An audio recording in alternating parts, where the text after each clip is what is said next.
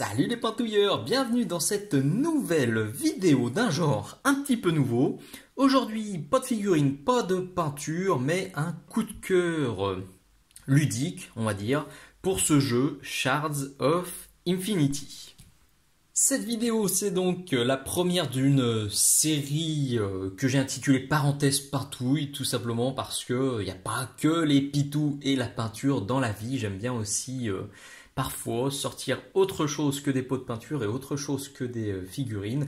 Alors jusqu'à présent, je vous en avais jamais parlé, mais je trouve que de temps en temps, mettre en avant un jeu qui m'a beaucoup plu et vous expliquer pourquoi ça m'a plu, et ben ça peut être sympatoche et ça peut changer. Je suis bien conscient que ce genre de vidéo ne va pas forcément vous intéresser tous. C'est pour ça que j'ai mis une bannière d'une couleur différente. Elles sont facilement identifiables. Ceux qui ont envie de découvrir de nouveaux trucs, eh ben, pourront cliquer, et ceux que ça intéresse pas du tout pourront passer leur chemin tout simplement. Aujourd'hui donc un coup de projecteur sur Shards of Infinity, c'est un jeu de deck building qui a été édité par Ultra Pro et qui a été localisé, donc francisé on va dire, par Yellow. Avant de commencer, un immense merci aux copains de Paints and Games qui m'ont envoyé cette jolie boîte pour que je puisse faire mumuse et pour que je puisse vous la présenter. Paints and Games, c'est la boutique, je vous en parle régulièrement. La boutique de l'ami Sébastien, je vous en ai déjà parlé sur YouTube ou sur mon Facebook. La boutique est à Montpellier, mais il y a aussi un chouette site de VPC qui est très bien achalandé en gamme de peinture et en gamme de figurines. Donc si vous cherchez des gammes de peinture ou de figurines un peu space, surtout n'hésitez pas à aller voir Sébastien en vrai ou sur le site. Je suis à peu près sûr qu'il pourra trouver votre bonheur. C'est pro, c'est rapide, c'est sympa. Ils ont les stocks, ils vous vendent pas du vent, contrairement à d'autres boutiques qui vous vendent des gammes de malades, mais en fait en réel, en stock, ils ont que dalle. Sébastien a toujours tout ce qu'il faut. Si vous pouvez le mettre dans votre panier, c'est qu'il l'a. Et s'il l'a pas, vous pouvez lui envoyer un message, je suis sûr qu'il vous dépannera. Il est vraiment adorable et super professionnel. Si vous avez besoin de conseils de peinture, n'hésitez pas aussi à demander à Sébastien, parce que même s'il est trop modeste pour le dire, il a un très joli coup de pinceau. Il fait régulièrement des initiations de peinture, des initiations de jeu. Donc voilà. D'ailleurs, pendant qu'on parle de peinture, à l'heure où je tourne cette vidéo, on a organisé un petit concours. Chaque personne qui passe une commande sur la boutique Paints and Games aura un ticket d'entrée pour un tirage au sort, tout simplement pour gagner un mois d'abonnement gratuit à ma page Patreon. Vous pouvez trouver toutes les infos sur la page Facebook Minisoc ou sur la page Facebook Paints and Games. Allez, on attaque. Donc aujourd'hui c'est Shards of Infinity, c'est un jeu de cartes. Si vous suivez le Facebook Minisocle, vous savez que depuis quelques mois, j'ai replongé tête la première dans Magic après presque 20 ans d'abstinence. Je m'amuse beaucoup, mon fiston s'amuse beaucoup aussi avec moi. Même si on n'a fait que des règles simplifiées pour lui parce qu'il est encore un peu jeune. Ma chérie est un peu moins accrochée. Elle trouve Magic un peu trop complexe. Alors j'essaye de faire des decks un peu fun, un peu à thème. D'ailleurs, si vous avez des cartes qui vous servent à rien, je les récupérerai avec un immense plaisir pour booster un peu ça et pour avoir un peu plus de diversité dans les decks. Mais malgré ça, elle trouve ça un peu ardos. Et c'est vrai qu'on ne peut pas lui donner tort quand on commence à vraiment creuser les règles, toutes les capacités spéciales qui existent, les sorts, les contre-sorts, les capacités passives, les capacités activées, toutes les histoires de piles, sur la pile, au milieu de la pile, sous la pile, etc. C'est pas simple. Et comme je suis vraiment un joueur fun et casu, bah souvent j'ai pas la réponse aux questions. Donc c'est pas génial ici. Mais c'est pour ça que j'ai voulu chercher un autre jeu plus accessible et surtout plus rapide, plus nerveux et qui serait pas répétitif. C'est ce que j'adore sur Shards of Infinity. Je vais vraiment vous présenter point par point ce qui me kiffe, ce que je kiffe. Mais c'est vraiment ça, c'est la diversité de jeu et l'accessibilité du jeu qui m'ont fait regarder ce jeu-là plutôt qu'un autre. Je vais être clair tout de suite, j'ai regardé beaucoup de vidéos d'autres deck building. Et les copains sur Facebook m'ont dit ah, joue plutôt à ça, joue plutôt à ça, machin. Hero Realms, avec l'accent de ouf, Star Realms, des trucs comme ça. J'ai regardé, ça m'a moins emballé. Et je vais vous expliquer pourquoi c'est celui-ci mon méga coup de cœur. Alors déjà graphiquement, c'est typiquement le genre d'accroche qui me plaît. Je suis un petit peu facile à attraper, vous me connaissez, c'est du futuriste, c'est très coloré, ça me rappelle beaucoup Infinity, le jeu, et on le verra sur les cartes, vraiment on baigne là-dedans. Et c'est les univers qui me plaisent bien. Alors le pitch, enfin l'univers, alors c'est pas très original, on va dire que ce soit pour du wargames ou du jeu de plateau, c'est un peu de la... c'est du déjà vu. Il y a 100 ans de cela, le moteur d'Infinité fut brisé. Ses éclats se sont alors abattus sur le monde, semant la mort et la destruction. Une prophétie révèle toutefois que quiconque parviendra à réunir les éclats disposera d'une puissance illimitée. C'est votre chance. Vous êtes l'un des rares héros capables de maîtriser les éclats chouettes. Reconstruisez le moteur d'Infinité et triomphez de vos adversaires, si vous parvenez à survivre. Avec Shards of Infinity, les auteurs du multi-primé Ascension, oui, c'est les mêmes auteurs qu'Ascension, qui parlera sûrement à beaucoup d'entre vous. Donc reboost totalement le deck building, découvrez un jeu de cartes qui associe un niveau de stratégie inégalé à une personnalisation illimitée. Maîtrisez le pouvoir de l'éclat de l'infini ou éliminez vos opposants afin de remporter la victoire. Ok, cool. 128 cartes, 4 fiches héros, un livret de règles, et en avant Guingamp. Quand on commence la partie, chaque joueur part avec ses 10 cartes. C'est vrai que je ne l'ai pas dit, on peut jouer de 2 à 4 joueurs avec cette boîte de base. Alors je vais juste vous parler du 1v1 parce que perso c'est le mode que je préfère. Je suis pas très joueur multi, mais bon, c'est du perso, je vais pas m'étendre là-dessus. Donc, alors les cartes sont aussi très jolies. J'ai tout slivé parce que je suis un monomaniaque du sleeve, mais j'aurais pu ne pas les sliver parce qu'elles sont très belles. Vous voyez un léger côté gaufré, un peu mat là qui est bien sympatoche. Et le dos est aussi très joli. Je voulais trouver des sleeves transparentes et j'ai pas trouvé. Alors j'en ai vu, hein. C'est pas que j'ai pas trouvé la bonne référence, c'est juste qu'elles étaient en rupture, donc voilà, je pars avec celle-ci, c'est ma couleur préférée, donc ça me convient aussi très bien. Donc on part avec 7 cristaux, ça c'est la monnaie pour acheter des cartes. On part avec un blaster qui permet de faire un dégât. On part aussi avec un réacteur d'éclat dont je vous parlerai plus tard, donc avec la notion de maîtrise, ça c'est très important. Donc ça c'est une des grosses mécaniques originales du jeu. Et on part avec un éclat de l'infini, le fameux éclat que si vous arrivez à le maîtriser, et ben vous éclatez tout le monde. Et c'est vrai puisque une des façons de gagner, et une des grosses originalités aussi de ce jeu, c'est que si vous arrivez à 30 de maîtrise, c'est un peu l'XP de votre perso, et que vous piochez cette carte, vous mettez un nombre de dégâts infini à vos opposants, donc vous les poutrez tous, il n'y a plus personne, vous êtes le super champion. Ce que je vais dire va sûrement sembler ultra couillon à tous ceux qui ont l'habitude des deck building. Perso, c'est la première fois que je teste profondément, on va dire, un deck building. J'avais déjà testé un ou deux trucs chez des copains, en fin de soirée où j'ai la tête dans le seau. J'en garde pas un souvenir excellent, parce que je suis vraiment pas du soir comme mec. Ce que j'aime beaucoup, c'est qu'on part tous avec exactement les mêmes chances de gagner. Chaque personne, chaque adversaire, chaque joueur part avec ses 7 cartes, ses 10 cartes, pardon. Ensuite, il va y avoir une pioche commune, enfin une rivière commune, je vais vous montrer ça, dans lesquelles vous allez piocher. Et vos adversaires peuvent aussi aller piocher dans cette rivière commune. Donc c'est 100% équilibré. Il n'y a pas, ou alors très peu de notion de coup de bol. C'est aussi un des trucs qui me dérange un peu à Magic. C'est vrai qu'on peut avoir le meilleur deck du monde, même si on l'a bien équilibré. Et ben si on pioche pas les bonnes cartes, et ben on l'a dans le fût Lulu.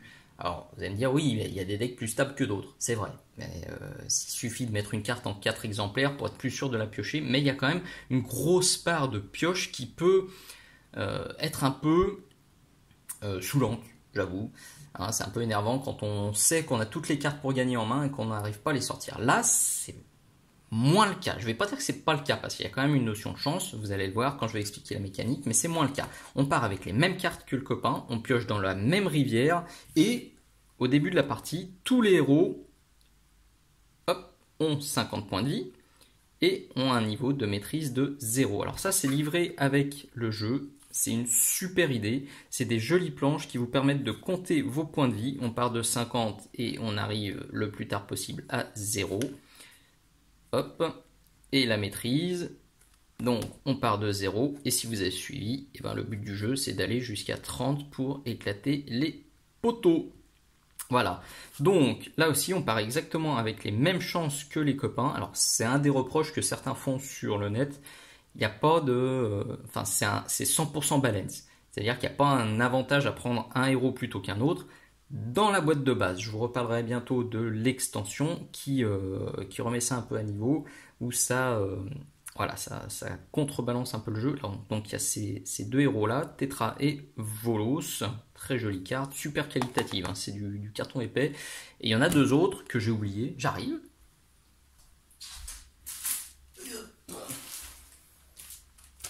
Bah, qu'on n'a pas encore joué pour l'occasion. Donc ils sont encore dans leur sachet plastique avec Decima et Consinwu. En ce qui concerne les ressources du jeu, c'est super simple à comprendre et à maîtriser. On a ça, donc le symbole des cristaux, c'est la monnaie du jeu. Pour payer des cartes, vous devez payer des cristaux. Donc par exemple, pour acheter cette carte-là, donc à Ditry, il me faudra payer 5 cristaux. Ensuite, pour mettre des quiches, c'est ça, c'est le symbole rouge avec une petite cible. Donc le blaster que vous avez de base met un dégât. Cette carte-là, par exemple, que vous achèterez pour 5, elle mettra 4 dégâts. Et je vais garder celle-ci, elle est intéressante. Et la dernière ressource, c'est donc la fameuse maîtrise que vous allez faire monter sur votre petite cartoonette.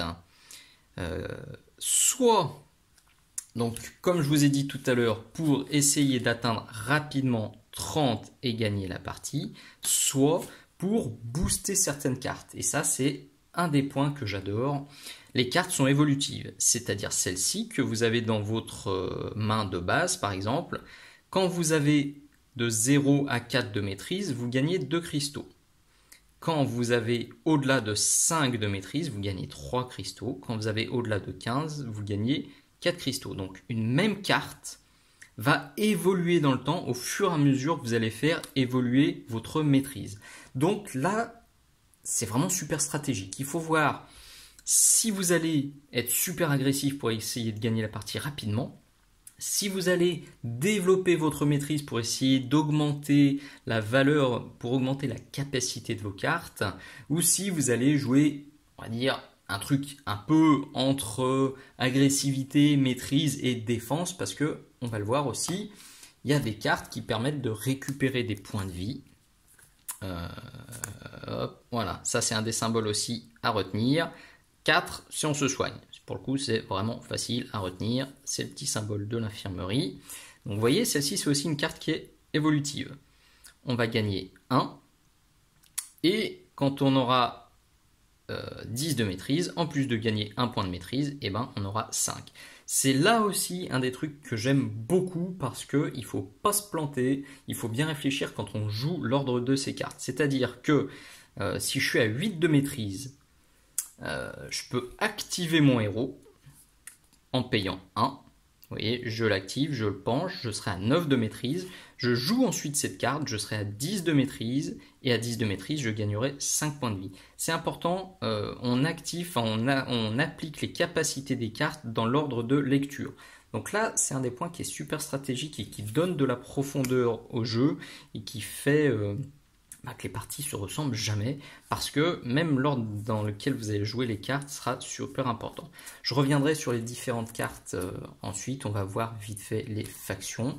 Mais, donc en plus de cette notion de maîtrise qui me plaît beaucoup, vous avez aussi la notion de mercenaire qui donne beaucoup de sel à ce jeu. Les mercenaires, c'est ça, j'en ai un sous le pif. Bah, j'en ai même deux, regardez voir. C'est-à-dire que quand elles vont être dans la pioche, quand elles seront dans la rivière, je vais pouvoir soit les acheter, on dit recruter, je crois que je ne me trompe pas, on va recruter cette carte, c'est-à-dire que je la prends et hop, je la mets dans ma défausse, elle va rejoindre mon deck. J'aurai une chance de le repiocher plus tard et de le repiocher plusieurs fois plus tard. Ça, c'est la première façon. Donc, je vais recruter. La deuxième façon, c'est enrôler. C'est pour ça que c'est des mercenaires. Plutôt que de les prendre dans mon armée, dans mon deck, eh ben, je vais juste leur donner une petite piécette, leur donner une mission, et on va appliquer l'effet immédiatement. C'est-à-dire que plutôt que de dire eh ben, je vais la mettre dans mon deck, je paye 3 et je joue tout de suite. C'est-à-dire que tout de suite je vais gagner 1, et si j'ai 10 de maîtrise, eh ben, je vais tout de suite récupérer 5 points de vie. Cette carte, une fois que je l'aurai utilisée, une fois que je l'aurai enrôlée, elle ne va pas dans mon deck, je la remets sous la pioche commune, donc elle va ressortir pendant la partie. Et ça m'a sauvé des situations sur de nombreuses parties. Ça m'intéressait pas, c'est super utile pour franchir un palier de maîtrise et ou pour finir une partie. C'est-à-dire que vous avez du mal à finir votre adversaire, et ben vous achetez quelques mercenaires. Et celui-ci, votre adversaire, s'il est à 4 points de vie, plutôt que de mettre ça dans votre deck et d'attendre que ça ressorte, et ben vous dites je paye 5 et bim, tu prends 4 points de vie direct dans ta tronche. Donc ça, c'est, alors à ma connaissance, je le redis, je suis vraiment un ultra noob en matière de deck building, mais à ma connaissance, c'est un des seuls jeux qui propose ça, et je trouve ça super malin et super intéressant. Dernier truc très malin, et je vous ferai juste un petit tour, une petite démonstration rapide, c'est ça paye pas de mine, mais je trouve que c'est une super idée, ça vous donne la rareté de la carte. C'est-à-dire que celle-ci, vous voyez, il y a un petit trait, elle est en un seul exemplaire dans le jeu, donc ça peut immédiatement, visuellement, quand vous voyez une carte comme ça dans la rivière, souvent c'est une bonne idée de les prendre, parce qu'elles sont souvent fortes, et elles reviendront pas.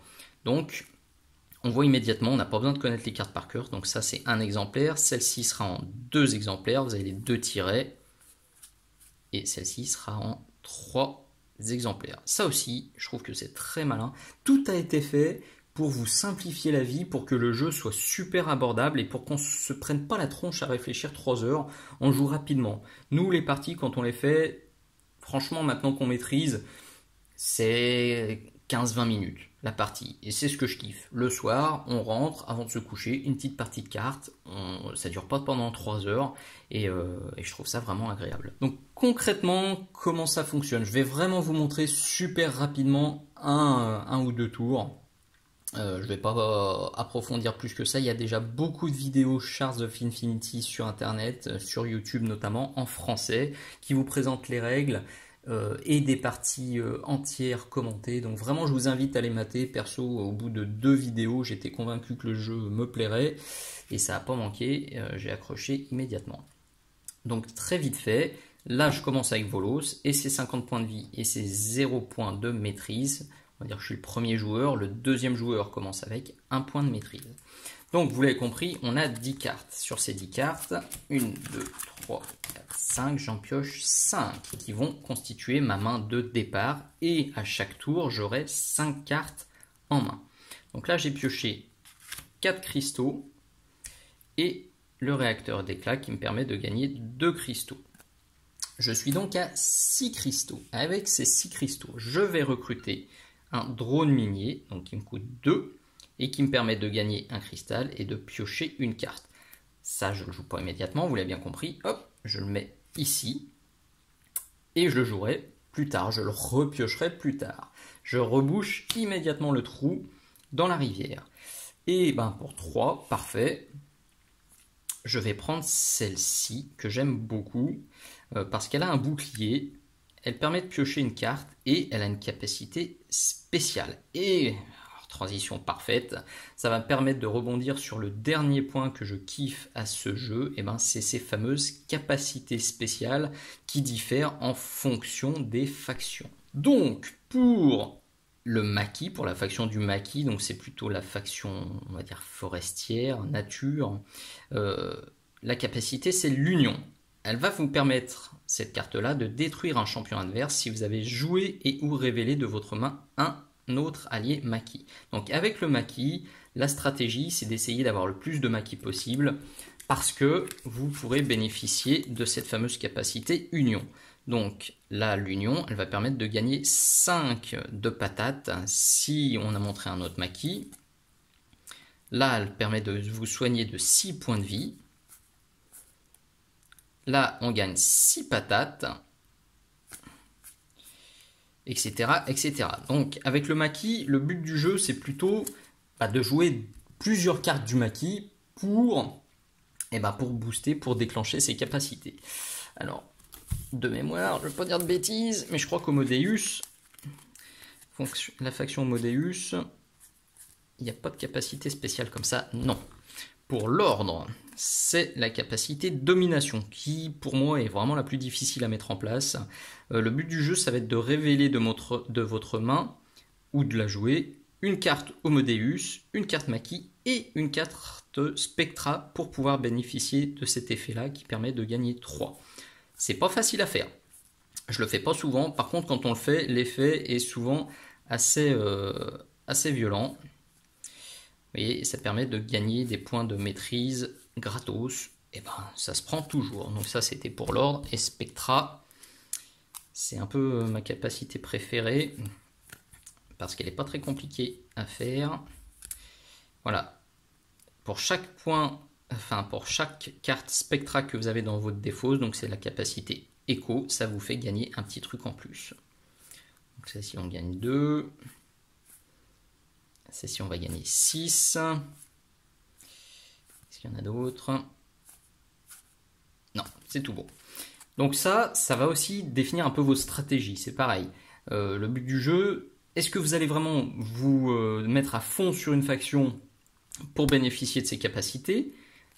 Est-ce que vous allez au contraire diversifier pour pouvoir jouer un maximum de capacités de l'ordre, ou est-ce que vous allez pareil jouer, essayer d'avoir un maximum de spectra pour pouvoir déclencher la capacité écho? Il va falloir y réfléchir au moment où vous piochez, et il faut se creuser un peu les méninges. Ça c'est cool. Ok, donc j'ai pioché, donc je suis à 4, j'étais à 6, j'ai dépensé 5, je crois. Elle est où? Elle est là, je l'ai remise là-bas. Hop, donc je la mets ici. Il me reste un point, et il n'est pas perdu. Je vais jouer la capacité concentration de mon champion. Donc tous les champions ont cette capacité de base, et je vais gratter un point de maîtrise. Donc c'est la fin de mon tour. Je balance mes cartes dans la défausse et je prends 5 de plus. Donc vous l'avez compris, là, ce tour-là, j'ai simplement pris les 5 cartes qui restaient, puisqu'il y en avait 10 au départ.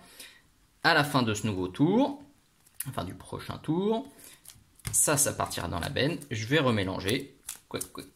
Et c'est là que je vais pouvoir éventuellement repiocher, vous voyez, des cartes que je venais de mettre dans mon deck. Un truc important aussi et intéressant, c'est chez les Spectra. C'est pas ça. Il est où?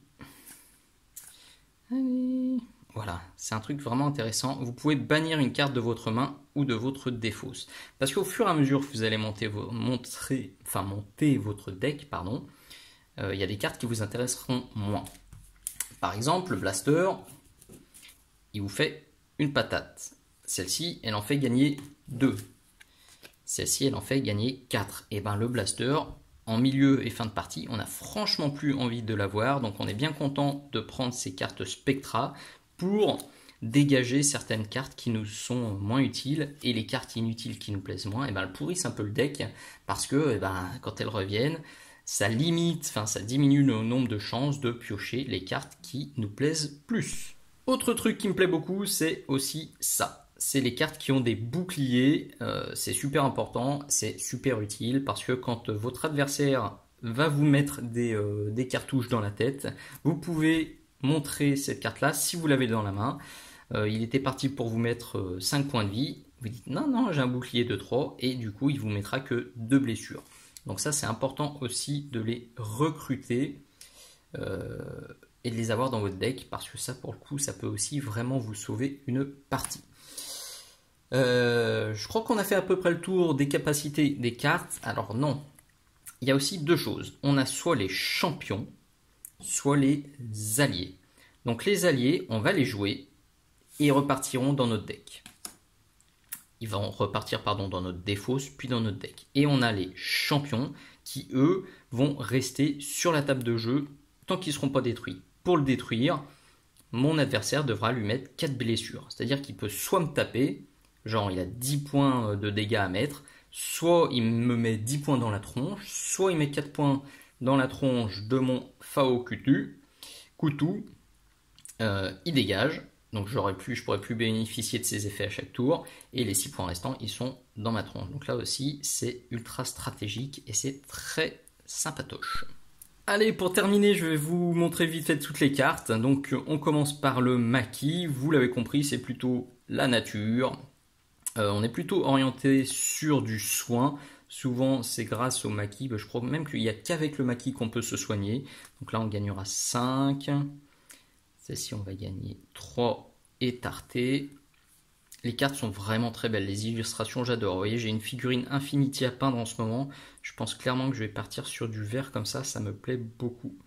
Là, on va gagner 2 tatanes et piocher une carte. Et si on arrive à faire la capacité union, en plus, on se soigne. Donc là, c'est costaud. Un mercenaire. Encore un mercenaire. Un champion, donc avec 5 points de vie, qui vous permet de gagner 2 points d'attaque, plus 2 points pour chaque maquis que vous avez joué ce tour-ci, donc c'est fort.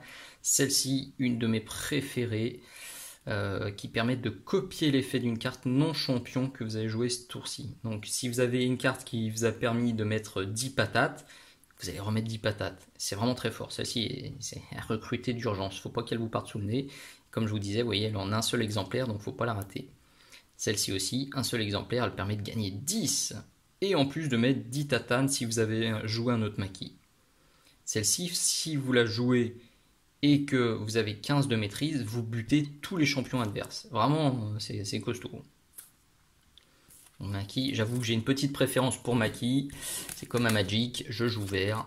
C'est vraiment mes vieilles convictions écologistes qui reviennent. Donc, la fonction Homodeus, on est plutôt sur du robot, avec des belles illustrations aussi qui sont vraiment inspirantes encore. Donc là, on est plus sur des cartes qui vous font gagner des cristaux et qui vous permettent de mettre des tatanes. Et là, on va piocher une.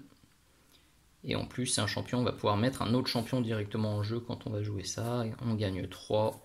Ça, c'est à recruter assez rapidement aussi, toutes ces cartes-là qui permettent d'avoir plus de cristaux. Ça permet de monter la curve de cristaux que vous avez et de prendre l'avantage assez rapidement. La faction de l'ordre. On est sur des sortes de moines, des moines futuristes. Ça, c'est champion. Celle-ci est géniale. J'ai oublié de le dire aussi, il existe une version numérique du jeu qu'on trouve sur Steam qui est à quelques euros et qui permet de se familiariser avec le jeu et de faire quelques parties contre l'ordi si vous n'avez pas d'adversaire pour jouer. C'est sympa, alors ça remplacera jamais le jeu en direct, mais j'avoue que j'ai fait beaucoup de parties aussi sur l'ordi pour maîtriser les règles. Je trouve juste que ça va un petit peu vite et le jeu n'a pas été mis à jour depuis longtemps. J'espère que ça sera mis à jour avec l'extension qui est déjà dispo, dont je vous parlerai bientôt, et les prochaines extensions. Fin de parenthèse, donc celle-ci vraiment est très forte, et voilà, c'est pour ça que j'en ai parlé, parce que ça, systématiquement, l'intelligence artificielle, enfin l'ordinateur, la pioche, et vraiment, c'est un gros challenge de gagner contre l'ordi. Il est super fort, même en IA facile, j'ai du mal. En IA moyenne, je me fais éclater, en IA hard, je vois pas le jour. Voilà, on est vraiment là plutôt sur des cartes qui vous permettent de booster rapidement votre maîtrise. Un joli bouclier de 5, ça aussi, très utile avec son bouclier de 8. Et piocher une carte. Piocher 2 cartes. Des cristaux, de la maîtrise. Encore de la maîtrise. Voilà. Et la dernière faction, c'est la plus agressive, c'est Spectra. Là, c'est vraiment la faction qui met des tartes. Donc ça, c'est l'illustration de la boîte de base. J'adore ces illustrations. Ça me donne très envie de faire des figurines ultra dark avec de l'OSL rose comme ça, vraiment. Ces cartes-là, elles sont inspirantes. Là, on met des tartes. Là, on met des tartes. Des grosses tartes. Celle-ci est très utile aussi. Pour seulement 2, on met 5 patates. Celle-ci, elle peut faire très mal. Et on finit par un Dark Vador de l'espace. Enfin, du turfu. Gagnez 1 et vous pouvez bannir une carte de votre main ou de votre défausse. Nous voilà au bout de cette nouvelle vidéo. Bon, j'espère que j'ai été assez clair dans mes explications, que je ne vous ai pas trop embrouillé. Vraiment, je vous invite une fois de plus à regarder des vidéos d'explication des règles et de parties commentées. Là, j'ai plus insisté sur les trucs qui me plaisent parce que bon, faire encore une présentation des règles et une partie commentée, ça a déjà été fait plein de fois. Donc là, je voulais insister sur ce qui, moi, m'a plu en tant que joueur ultra débutant en deck building. Mais toutes les vidéos que j'ai regardées, elles sont unanimes, ça a plu à tout le monde. Que ce soit aux joueurs qui n'ont pas l'habitude des deck building, mais aussi aux joueurs qui ont l'habitude des deck building. Donc je pense vraiment que c'est un très bon jeu qu'il ne faut pas passer à côté. Il a eu tellement de succès qu'à l'heure où je tourne cette vidéo, il est en rupture un petit peu de partout d'ailleurs. Il est en rupture notamment chez l'éditeur, donc les magasins ont parfois un peu de mal à le retrouver. Il y en a encore chez Pen & Games, mais l'éditeur m'a aussi dit que ça revenait en septembre. Donc si vous arrivez à le choper pour cet été, je vous garantis que vous passerez des moments agréables. Et sinon, il faudra attendre la rentrée pour s'y mettre. N'hésitez surtout pas à me dire dans les commentaires si ce que vous avez pensé de cette vidéo, si ça vous a plu, si ça vous a pas plu du tout. Objectivement, si je fais mon autocritique, là j'ai regardé un petit peu les différentes séquences, je suis un peu trop parti dans tous les sens. J'aurais dû faire quelque chose de beaucoup plus structuré. Là j'ai parlé un peu de règles, un peu des trucs spéciaux, un peu de ce que j'aime. C'était vraiment, ouais, c'est de la vidéo coup de cœur où d'un seul coup on se rappelle, ah ouais mais ça je kiffe, ou ça il faut impérativement que j'en parle. La prochaine fois je ferai un truc un peu plus structuré. Je pense que ce sera plus facile à visionner et plus intéressant. En tout cas, si ça vous a plu, mettez un petit pouce vers le haut. Si vous avez déjà joué à ce jeu, que ça vous a plu ou pas, n'hésitez pas à le dire aussi. J'apprécie toujours les retours, toujours les commentaires. C'est toujours très utile pour le moral, pour la motivation et pour la pérennité de cette chaîne. Et pour une fois, je vous dis pas bonne pintouille, mais je vous dis bon jeu et à très bientôt. Ciao ciao.